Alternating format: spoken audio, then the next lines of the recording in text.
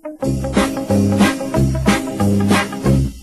barko, barkong di pasahero.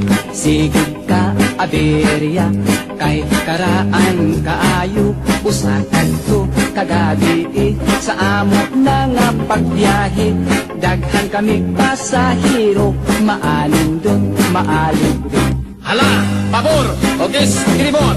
Ang singgit sa kapitan, apan may diretso ang bapor.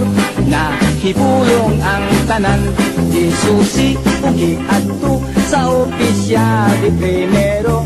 Bantukwa magkabana kahit timunil nagaduka.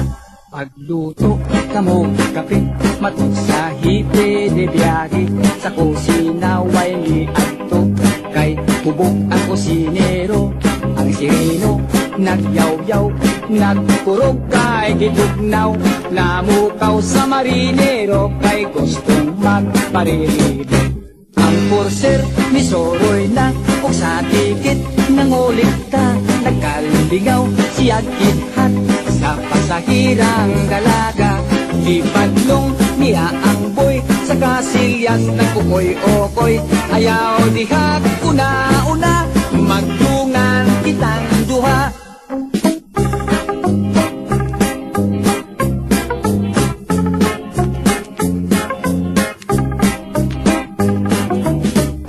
Wadamha ang vapor, kalit lang nga napandol. Hihiras na mulintang, kadaghanan nakikay ang kapitan.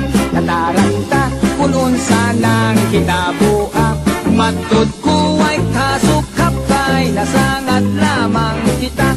Ang mga makinista nagtumba sa pagsaka, kay ang inang makina sa tubig milangoy na.